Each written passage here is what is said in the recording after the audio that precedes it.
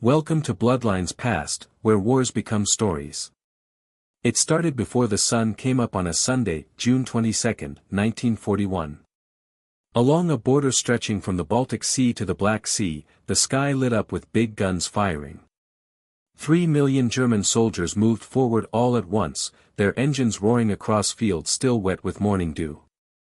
It was called Operation Barbarossa, Hitler's big plan to destroy the Soviet Union in just one summer. At first, it worked. Soviet border armies were caught half asleep, their radios didn't work, their planes were burning on the ground. Town after town fell. Prisoners walked west in endless lines that looked from the sky like gray ribbons winding through the dust. German commanders thought they were watching an empire fall apart. But Russia was not falling apart. It was stretching. Every mile the Germans gained pulled them deeper into a country that seemed to have no center. Supply trucks bounced along broken roads, hundreds of miles behind the tanks they were supposed to feed. The front moved faster than its own shadow, and that shadow grew longer with every day they moved forward. Inside the German High Command, one name filled the maps: Moscow. The city was the heart of the Soviet system. Railways, government offices, command lines, all coming together at the Kremlin like arteries to a heart. Capture it and the body would die. Field Marshals Halder, Bach and Guderian begged Hitler to strike straight at the capital before the Soviets could recover. Hitler disagreed. He saw Moscow as a trophy, not a need. Grain and oil were what mattered, he said. The farmland of Ukraine, the oil wells of the Caucasus. Against his general's advice, he split his tank forces north and south. For the first time since the invasion began, their speed slowed. Through July and August, the front wobbled like a loose belt.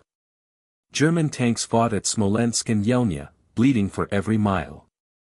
The summer sun baked the roads into powder by day, then turned them to mud when storms rolled in. Trucks got stuck on the highways, their engines coughing black smoke. Soldiers tore the buttons from their coats to use as parts. Even victory began to taste like exhaustion. Far to the east, the Soviets rebuilt. Entire factories were taken apart, loaded onto trains, and shipped beyond the Ural Mountains. In Moscow, men dug trenches in the parks while women sewed sandbags in theaters. The air smelled of oil and fear.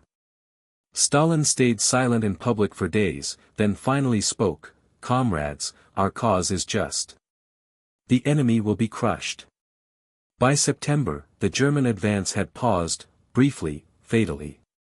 Then came new orders from Berlin. The final push would begin at once. Its code name, Operation Typhoon.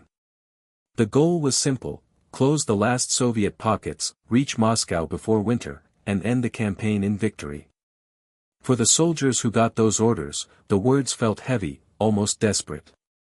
They had been marching for 3 months through heat, dust, and endless horizon. Their uniforms hung loose, their machines wheezed with age. But the promise of victory was exciting. One more push, they were told. Just one. No one yet imagined what waited ahead. The rain that would swallow the roads. The frost that would kill faster than bullets. The city that refused to fall. They thought they were chasing an enemy. In truth, they were walking into a storm that would change the course of the war. Somewhere out there beyond the haze, Moscow waited. Silent, huge, unknowable. October 2, 1941. The rain had stopped, the air cold and dry. The perfect weather for fast movement. At dawn, the roar of engines broke the stillness across the front. Operation Typhoon had begun.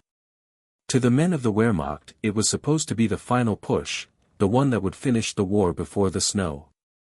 Hitler had promised it himself: after Moscow, the Soviet Union will collapse like a house of cards. Panzer divisions lined the roads, their bodies streaked with mud, their crews hollow-eyed but eager. Ahead lay the capital, less than 300 miles away. Behind them, the ghosts of summer victories already fading. The first blows came fast. Tank columns punched through the Soviet defenses near Vyazma and Bryansk, slicing the front like paper. German bombers struck at rail yards, scattering troop trains before they could unload. Villages vanished under firestorms of artillery. Soviet armies tried to fall back, but there was no back left, just forest, mud, and confusion. Inside the Red Army's command post, telephones rang without pause. Reports contradicted each other, then went silent altogether. By October 6, 2 huge traps had formed, one at Bryansk, one at Vyazma. Nearly 1 million Soviet troops were trapped inside them. The German press called it the death of the Red Army. It seemed the road to Moscow had finally opened. But on the ground, things were already starting to go wrong. The roads, if they could be called roads, had turned to rivers of clay. Trucks got stuck up to their axles. Tanks crawled through mud that swallowed their tracks. Rain fell day after day, soaking men, guns, and ammunition. Each vehicle that broke free left another buried behind it. German soldiers learned a new Russian word, Rasputitsa. The season when the land itself became an enemy. Fuel ran low. Horses died in their harnesses. The front stretched thinner and thinner as units advanced without supply lines to feed them. Some men marched 50 kilometers in a day only to stop because no food or ammunition could follow. Guderian wrote bitterly in his diary, "The road is a swamp. The machines cannot move. It is as if the earth has swallowed them whole."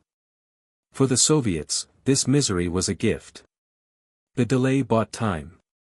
Time for reinforcements, for weapons, for new divisions drawn from the heart of the country. Stalin replaced his failing commanders with men who could act without hesitation. At the center of this effort was Georgy Zhukov, stern, relentless, newly recalled from the defense of Leningrad. He was given one order: save Moscow. In the city, loudspeakers blared military marches to drown out fear. Women and children dug anti-tank trenches in the rain. The smell of wet soil filled the streets. People spoke in whispers about leaving, about what might happen if the Germans broke through. Every night trains rumbled east, carrying factories, files, and families into the interior. And yet Stalin stayed. His presence, more than his words, told the capital that surrender was not an option. Out on the front, the Germans pushed forward inch by inch. From the air, their columns looked unstoppable, rivers of steel and smoke rolling toward the capital. But inside those columns, morale was cracking.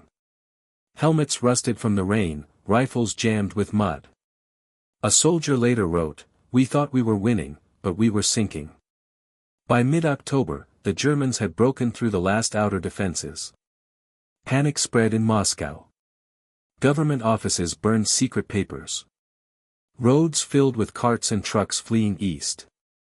The city seemed on the verge of collapse. And still the Wehrmacht came on, hungry, soaked, exhausted, but believing the end was near. No one yet understood that the end was near for the Blitzkrieg, not for Moscow. The storm that was meant to bring victory was about to turn against its makers. The trap closed like a fist. In the first week of October, 2 huge traps took shape west of Moscow. One around Vyazma, another near Bryansk. Between them, 7 Soviet armies were caught. The German radio called it the greatest victory in history. Photographs showed prisoners trudging through the mud by the tens of thousands, their faces gray with exhaustion, their boots gone. But the victory came at a cost the headlines didn't show. The Wehrmacht was bleeding fuel, time, and strength. Each trap that swallowed the Red Army also swallowed the army that created it. Panzers were running dry before they reached the next town. Horses dropped dead where they stood. Trucks groaned under the weight of captured weapons and wounded men. In the forests around Vyazma, Soviet soldiers refused to surrender. They fought from every ridge and village, ambushing convoys, then vanishing into the trees. Some fought for days without orders, living on raw grain stolen from barns. When the Germans finally reached the battlefield, they found bodies frozen in firing positions, rifles still clutched tight, faces turned toward the road to Moscow. At Bryansk, the story was the same, but crueler. Guderian's tanks cut deep through the southern flank, trapping entire corps. For a moment, it looked like another swift collapse. Then the weather changed. The rain came back heavier than before, turning the open fields into sucking bog. Engines overheated, treads snapped, and the advance stalled. Soldiers slept standing up because the ground beneath them was water. German officers wired back to headquarters that their units were stuck. Hitler's response was simple: press on. His generals obeyed, but the logic of Blitzkrieg was unraveling. The farther they went, the slower they moved. The closer they came to Moscow, the less they could see it. For the Soviets, every hour gained was another brick in the city's defense. In Moscow, Zhukov took command of the front and began to rebuild what was left. His army was a patchwork, fresh recruits next to survivors of the summer campaigns. There were shortages of everything except willpower. Factories worked around the clock to arm new divisions. Students were handed rifles still slick with oil, told to head west. By mid-October, the countryside was a blur of movement, civilians fleeing east, soldiers marching west, smoke rising from fields left burning behind them. The Germans could feel the capital now, close enough that some claimed to see its glow on the horizon at night. They pushed harder. The Red Army bent, broke, and reformed again. When the last pockets around Vyazma fell, it seemed to Hitler that nothing stood between him and victory. But his commanders knew better. Their tanks were crippled, their men half dead from exposure. The roads ahead were clogged with wrecks and corpses. The map said the way was open. The land said otherwise. By late October, the Germans had won themselves into exhaustion. The rain had turned to sleet. The sky hung low and gray, pressing down like a lid. Moscow was less than 100 kilometers away. But for the first time, the advance no longer felt like a chase. It felt like endurance. Somewhere beyond the mist, the capital waited, and for the first time, it was ready. Autumn in Russia doesn't arrive quietly. It consumes everything. By late October, the rain fell without pause, heavy and cold, pounding the roads into rivers of mud. Tires spun helplessly, engines drowned. The Germans called it the Rasputitsa, the season when the earth itself fights back. Columns that once raced forward now crawled. Trucks buried to their axles, tanks lurched and stopped, their tracks choking with mud. Horses sank, struggling until they broke their legs. Soldiers stripped the boards from barns and laid them across the muck to drag guns forward a few meters at a time. Every kilometer cost a day.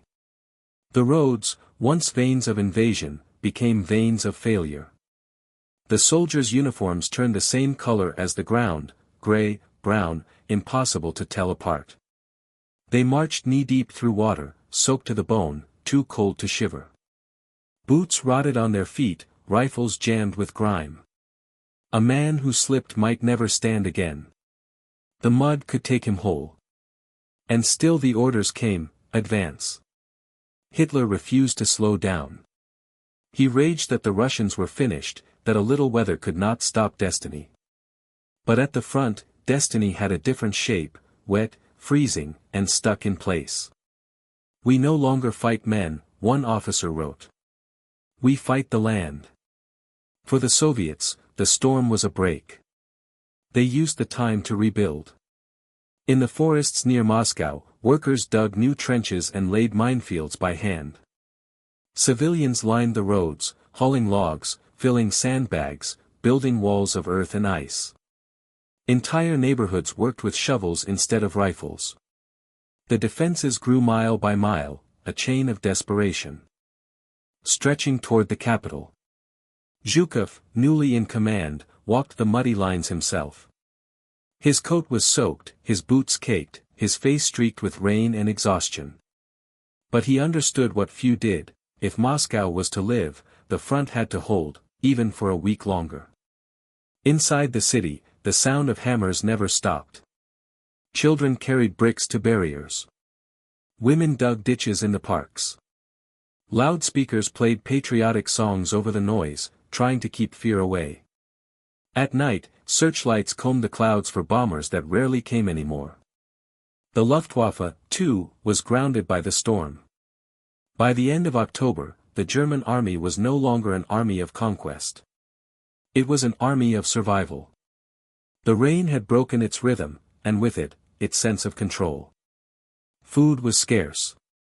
Fires were forbidden for fear of Soviet aircraft, so men ate frozen bread in the dark. They wrapped themselves in curtains, maps, anything that might hold heat. Then one morning, the rain stopped.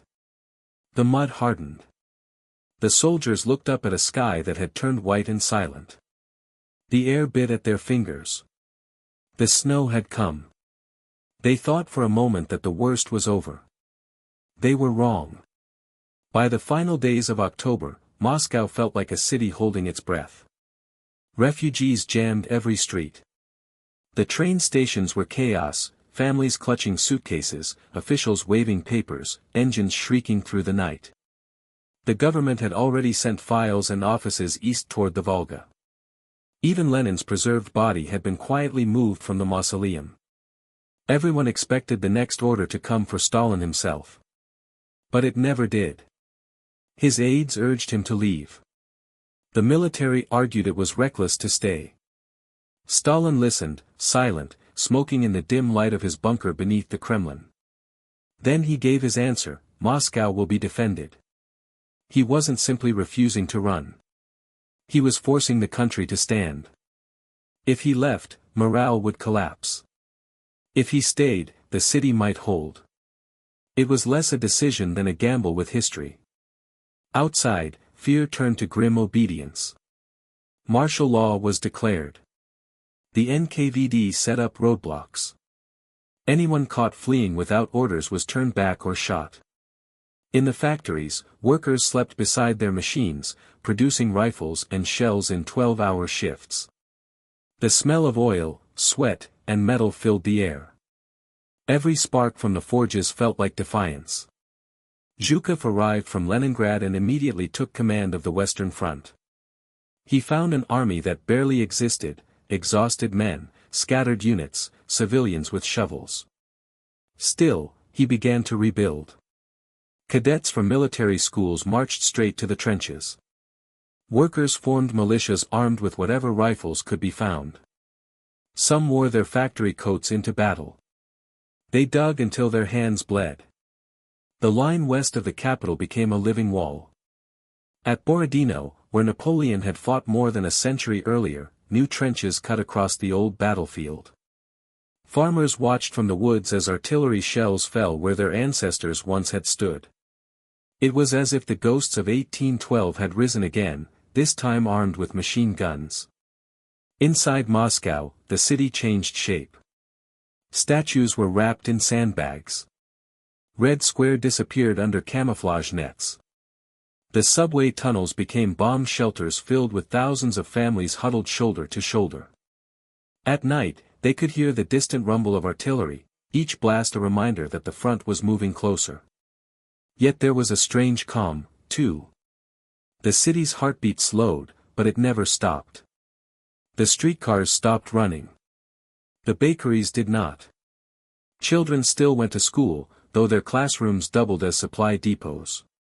Even the theaters opened occasionally, not for plays but for patriotic readings and lectures about defense. Every act of normal life became an act of resistance. Then in early November a message arrived from the Far East: Japan would not attack. Stalin's spy in Tokyo, Richard Sorg, had confirmed it. The eastern border was safe. Within hours orders went out: whole divisions of Siberian troops would move west.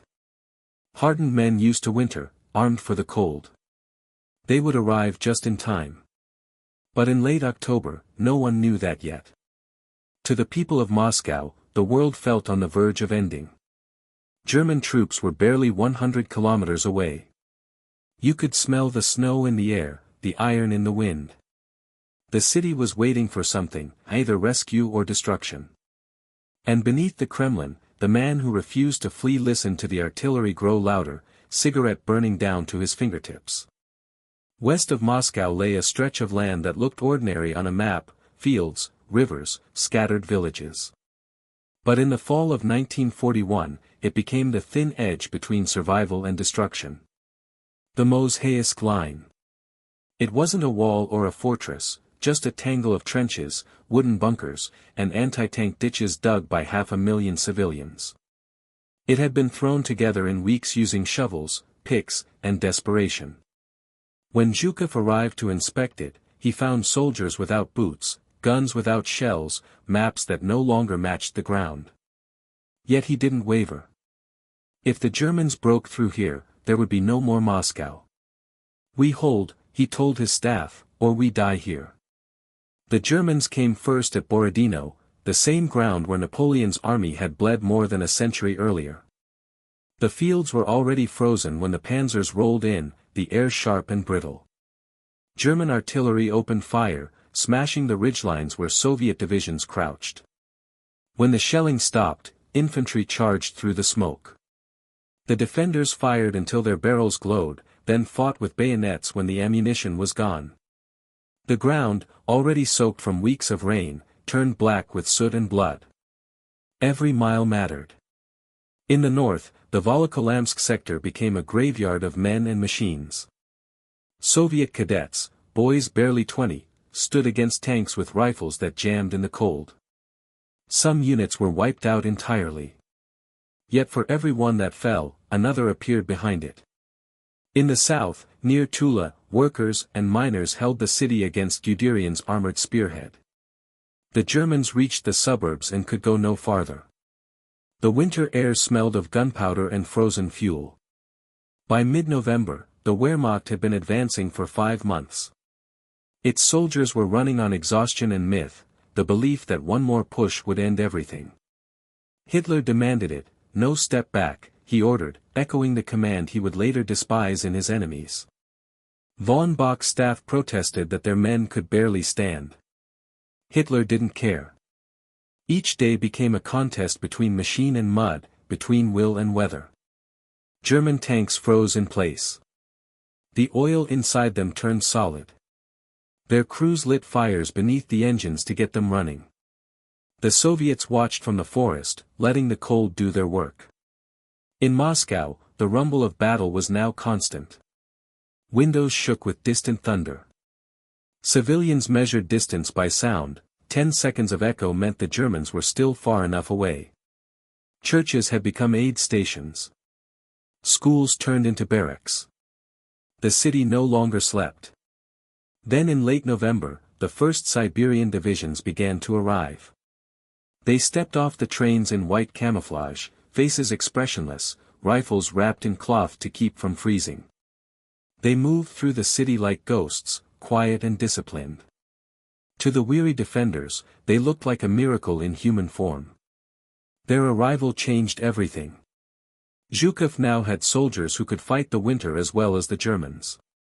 He moved them quietly to the front, north to Klin, south to Tula, wherever the line was weakest. These men did not curse the cold. They had lived in worse. By the end of November, the Mozhaevsk line had held for nearly 3 weeks, long enough for the first snow to bury the wreckage, long enough for Moscow to dig deeper and breathe again. The Germans were still moving, but slower. Always slower. The city they thought they would take in 10 days had now consumed 2 months of blood and fire. The Germans called it the battle for Moscow. The Russians called it standing on the bones of the nation. And beneath the snow, those bones were holding. The snow came like a curtain. One night, the sky cleared and the temperature fell past anything the Germans had imagined. The ground froze solid, hard enough to shatter picks. By dawn, the fields were white and silent, the wrecks of tanks glittering under frost. For a moment, the soldiers thought the cold might be a blessing. The roads were solid again, the mud gone. Then the wind began to cut through their uniforms, and they learned what kind of enemy winter could be. Most of the German army had no winter gear. Hitler hadn't allowed it. He was certain the campaign would end before snow. So they fought in thin coats and summer boots, wrapping themselves in tablecloths, curtains, even newspapers. Oil froze inside engines. Rifle bolts jammed solid. Men huddled together at night, burning fuel meant for tanks just to keep breathing. By morning, many didn't wake. The frost killed without sound. Fingers blackened. Boots froze to the ground. Some men tried to keep moving, hoping to stay alive through motion, but their sweat turned to ice beneath their shirts. Commanders wrote reports that sounded less like military briefings and more like diary entries. We have reached the point where the living envy the dead. And still the orders came, press forward. No retreat. The goal was Moscow, and it seemed closer than ever. Through binoculars, soldiers could see the faint red glow on the horizon, the reflection of the capital's lights against the clouds. Some believed they could even hear the city. But by then, the army wasn't advancing. It was crawling. Tanks froze mid-turn. Artillery cracked open like eggshells when fired in the cold. Wounded men froze before medics could reach them. The horses were gone. The trucks wouldn't start. Every step forward meant another body left behind in the snow. For the Soviets, the frost was both weapon and rescue. They had winter coats, felt boots, and white camouflage. They skied across the drifts, struck from the woods, vanished again. Their tanks, T-34s built for the cold, roamed where the German machines lay silent. For the first time since the invasion began, the Red Army had the advantage of movement. Inside Moscow, the air was brittle and clean. The sound of artillery had grown louder, but so had something else, resolve. People lined up for water from frozen pumps, carried logs through the streets, shared bread that had turned to stone. They no longer talked about leaving. They talked about holding on. Stalin stayed in the city. He met his generals in an unheated office, maps spread across the table, his breath visible in the air. When they told him the Germans were within 15 kilometers, he nodded once and said, "Good. Then they will die here." The battle for Moscow was no longer about victory.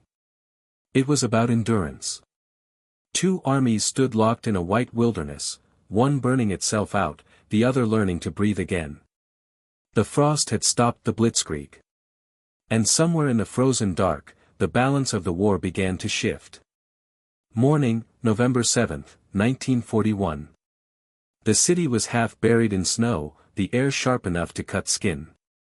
Outside the Kremlin walls, drums echoed down Red Square. Soldiers formed ranks in the freezing dawn, breath rising in clouds. It was the anniversary of the October Revolution, 24 years since Lenin's storming of the Winter Palace. Now, with the German army only miles away, Moscow was about to hold a parade. To most of Stalin's generals, it was insanity. The Luftwaffe still prowled the skies. The Germans were close enough to shell the city. Yet Stalin insisted the parade go on. The capital needed to see its leader unafraid, standing in the open. He knew fear had become a second enemy, and this was how to fight it. The square was lined with sandbags and anti-aircraft guns. The reviewing stand was draped in camouflage netting. Every soldier who marched carried live ammunition. Most would march straight from Red Square to the front lines outside. The city. The speech was brief. Stalin stepped forward, gloved hands on the podium, his coat rimed with frost. "Comrades," he said, his voice steady over the loudspeakers, "our cause is just. The enemy will be destroyed. Let the heroic example of our ancestors guide you." The words were plain, even tired, but the sight of him standing there while bombs could fall at any moment changed something. The parade began. Columns of tanks rolled past Lenin's tomb, treads grinding on ice. Cadets and militia marched with bayonets fixed, their boots clattering against the frozen cobblestones. Overhead, the sky remained empty. No planes came. People watched from rooftops and windows, silent except for the sound of the drums. For the men and women of Moscow, that morning was not ceremony. It was defiance, a promise that the city would not die quietly. After the last formation passed, the soldiers turned off Red Square and disappeared into the snow, heading west toward the guns. German scout pilots reported the parade to their commanders, but Berlin dismissed it as propaganda, a final gesture from a doomed city. They were wrong. Beneath the smoke and frost, Moscow's spirit had hardened. That same week, the first trains from Siberia arrived. At night, their engines hissed steam into the frozen air. The men who stepped off wore fur-lined coats and white camouflage. They spoke little, their faces calm, their eyes clear. These were veterans of Gol, men who had fought the Japanese in the Far East and survived worse cold than this. They would soon make the front their own. Inside the city, hope flickered like the street lamps burning through the blackout curtains. The Germans were still closing in, but now the Soviets had something they hadn't felt since the war began, a sense that the tide could turn. The people could feel it, even if they didn't yet believe it. As the last tanks left the square, the snow began to fall again, soft and soundless. The footprints of the marching columns filled and vanished.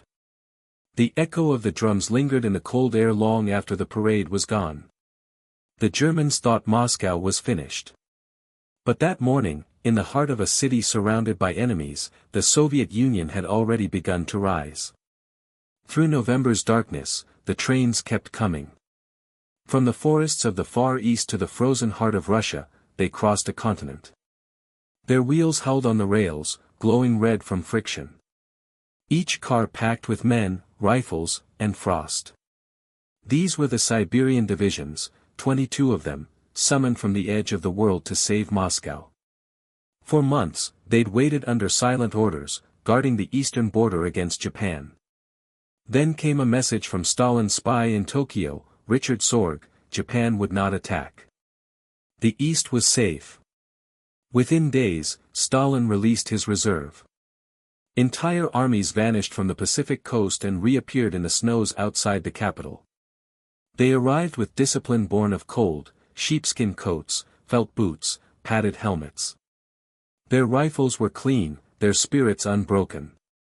They had fought in worse places, against Japanese divisions in the mountains of Manchuria, in winds so cold that breath froze in midair. Compared to that, the road to Moscow seemed almost merciful. When Muscovites saw them stepping off the trains, they stopped and stared. These men did not shuffle or slump like the city's exhausted defenders. They moved in silence, faces unreadable, eyes forward. Children whispered that winter itself had come to fight for them. Zhukov greeted the first units personally. He didn't waste words. He told them where they would go, what they would do, when they would strike. The Siberians nodded once. They understood. For weeks, they trained in the forests west of the city. The air was filled with the dull thud of artillery drills, the hiss of skis on snow. They built positions from ice and logs, camouflaged them with whitewash. They waited for the signal to attack. Across the lines, the Germans still believed victory was a matter of days. Their maps showed Moscow. Close enough to touch. What those maps didn't show was that their armies were collapsing. The men were starving. Frost-bitten fingers blackened and fell away. Entire battalions had no ammunition, no fuel. The cold turned weapons into sculptures, rifles that could no longer fire, engines that would never start again. Yet Hitler demanded more. He refused to believe winter had defeated him. His orders were the same: advance. The soldiers obeyed, stumbling forward through blizzards toward a city they would never reach. In those same nights, Soviet scouts moved through the snow like shadows, mapping weak points, marking targets, waiting for the dawn. The new armies were in position now, stretching from Kalinin in the north to Tula in the south. On December 4th, a final order reached the front: attack at sunrise. The men checked their rifles. They tightened their scarves, their breath white in the air. The wind carried the smell of pine and frozen metal. Somewhere behind them, the faint hum of Moscow's factories rose through the snow. They had been told this was the hour to drive the invaders from the gates. They didn't speak. They simply waited for light. The Germans believed the cold had ended the war. They didn't know it had only changed sides. Dawn, December 5, 1941. The sky was pale and silent, the kind of stillness that comes before a storm. Then the ground began to tremble. From Kalinin to Tula, along a front more than 600 kilometers long, the Red Army opened fire. Thousands of guns thundered in unison, their flashes lighting the snow. The counteroffensive had begun. The Siberian divisions moved first, men in white coats and fur-lined hoods gliding over the drifts on skis. They came out of the forest like ghosts, firing as they advanced. German sentries barely had time to sound the alarm before the lines collapsed.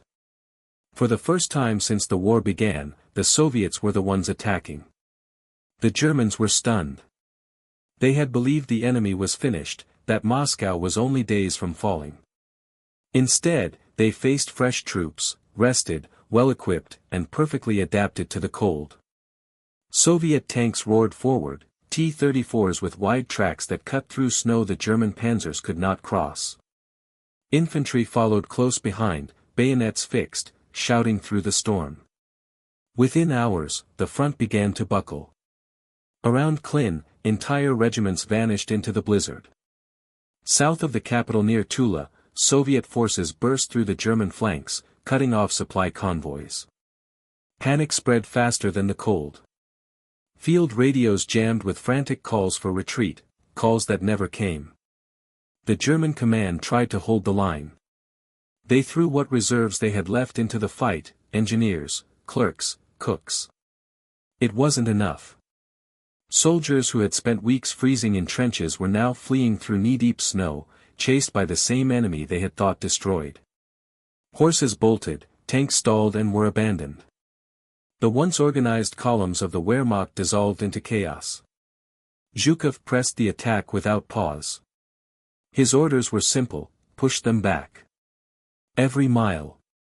Every hour. The Soviets advanced with a fury born of survival.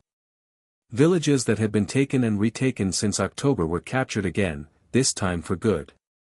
Civilians came out from cellars to greet their liberators, some weeping, others standing in stunned silence. Inside Moscow, people gathered around radios to listen for news. Each announcement felt unreal. Our troops are advancing, the announcer said. The Germans are retreating. For months, the city had lived on fear and smoke. Now, for the first time, it could breathe. At the front, the temperature fell even lower, -35, sometimes -40. Guns cracked apart from the cold. Wounded men froze before medics could reach them. But the Red Army kept moving. For them, the cold was no longer an enemy. It was a weapon. The Siberians fought like they were part of the weather itself. By mid-December, the German advance on Moscow was over. Entire divisions were in retreat. Guderian's army fell back from Tula. Von Kluge's from Klin. The once proud army group center, which had marched halfway across Europe, was now stumbling west in fragments. Hitler refused to believe it. He raged at his generals, accused them of cowardice, and ordered them to stand fast. Not one step back, he demanded. But his words carried no warmth, no force.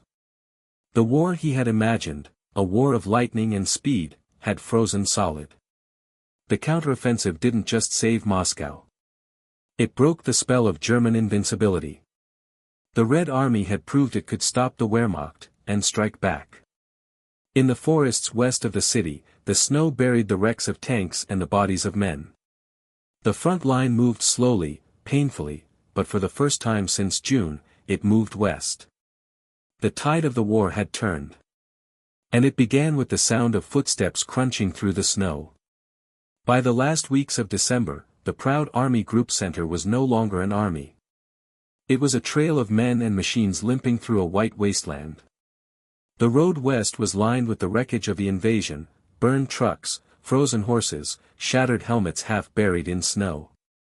The offensive that was meant to bring victory had become a retreat to stay alive. The Germans were collapsing faster than their high command could understand. Soldiers froze standing up, rifles still in their hands. Some had to be pried from their weapons, their fingers locked solid by frost. The wounded begged to be shot rather than left behind. Food convoys vanished in blizzards. Entire companies went missing, swallowed by the storm. Commanders stopped reporting casualties. They no longer had the numbers to count. Inside Hitler's headquarters, the truth was unthinkable. He demanded the impossible: hold every position. Fight to the last man. No retreat. When his generals pleaded for permission to withdraw, he accused them of cowardice and betrayal. Guderian, one of the architects of the Blitzkrieg, ignored him and pulled back his troops anyway. Others followed. Within days, Hitler dismissed them all. His anger couldn't heat a single frozen trench. On the front, the retreat was chaos. Trucks skidded off icy roads. Horses dropped dead in their harnesses. Men abandoned their artillery and stumbled through snow so deep it came to their waists. Soviet aircraft circled above, strafing the columns, and then were gone again, ghosts in the gray sky. For many, there was no difference between enemy fire and the cold. Both killed without mercy. The Red Army pressed on, but carefully. Zhukov knew what winter could do, even to victors. He pushed his men as far as the supply lines allowed, taking back town after town: Klin, Kalinin, Istra, each one a frozen ruin filled with the smell of smoke and the silence of the dead. The advance was slow, deliberate, but relentless. Inside those recaptured villages, civilians emerged from cellars and barns, dazed and hollow-eyed. Some had been hiding for months. They stepped out into the snow and stared at the soldiers who had returned. For many, it was the first time they'd seen a friendly uniform since summer. Some wept openly. Others just stood, staring at the ruins of what used to be home. By Christmas, the Germans were falling back along a 1,000-kilometer front. The mighty Wehrmacht, unstoppable in Poland, France, and the Balkans, was being driven through the same villages it had conquered only months before. The survivors left behind more than equipment. They left the myth of invincibility that had carried them this far. In Berlin, the propaganda reels kept rolling. Newsreels spoke of tactical withdrawals and temporary setbacks. But in the letters from the front, soldiers told the truth: we are dying in the snow. For the first time since the war began, Germany's war machine had met something it could not outthink, outfight, or outrun. The enemy was not just the Red Army. It was the land itself, the cold, and the belief of a people who refused to give up. When the year ended, the lines on the map looked almost the same as they had before Operation Typhoon began. But for those who had marched toward Moscow and lived to crawl back, everything had changed. The dream of swift conquest had frozen to death somewhere in the fields west of the city. The road that was supposed to lead to victory now led only home, through silence, snow, and the long shadow of defeat. By January 1942, the guns outside Moscow had fallen mostly silent. What remained was the wind, thin, dry, endless, and the creak of frozen metal. Both armies stood facing each other across a landscape of wreckage and graves. The Battle of Moscow was over. The city still stood. The invasion that was meant to destroy the Soviet Union had stopped at its gates and died in the snow. The size of what had been decided was hard to see in that moment. For the men who had fought there, it was only exhaustion. The Germans buried their dead in shallow drifts, too frozen to dig deeper. The Soviets hauled their wounded back through the ice, one sled at a time.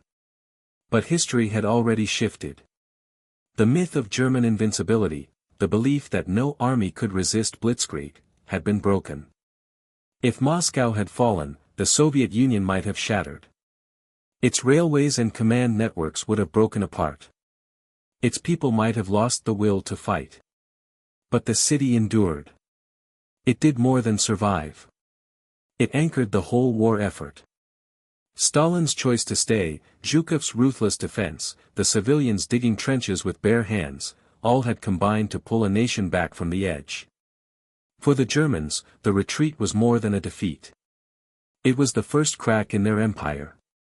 Operation Typhoon had cost 500,000 casualties, thousands of vehicles, and the last illusion that speed alone could conquer Russia.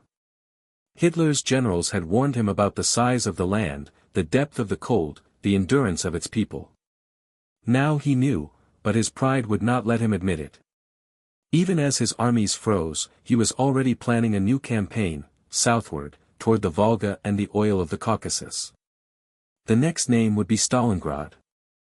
For the Soviets, the cost was even higher. Entire divisions had vanished. More than 1 million soldiers were dead, wounded, or missing. Villages west of the capital were blackened ruins. The survivors walked among them in silence, burying the dead where they fell. But beneath the grief, something had changed. The Red Army, once broken and chaotic, had become a machine of endurance. It had learned how to fight the modern war it had been thrown into. Moscow had been its crucible. When Churchill heard the news, he called it the finest offensive battle of the modern age. In Washington, it was the first real sign that the tide could turn. The Allies began to see the Eastern Front not as a doomed resistance, but as the war's decisive theater. For the first time, there was hope that Hitler could be beaten, not someday, but soon. The people of Moscow would remember that winter as a blur of smoke and frost, of hunger and silence, but also of pride. The night the counteroffensive was announced, the city's bells rang again for the first time since the invasion began. Their sound carried through the cold, across streets still covered in barriers and snow, out to the trenches where soldiers listened and smiled in the dark. The battle had lasted 6 months. It had begun in summer dust and ended in frozen dawn. Between them lay everything that defined the Eastern Front: fire, hunger, endurance, and the will to fight no matter the cost. When the thaw finally came and the snow began to melt, the ground revealed what history would remember: the broken tanks, the burned fields, the line where the German advance had stopped forever.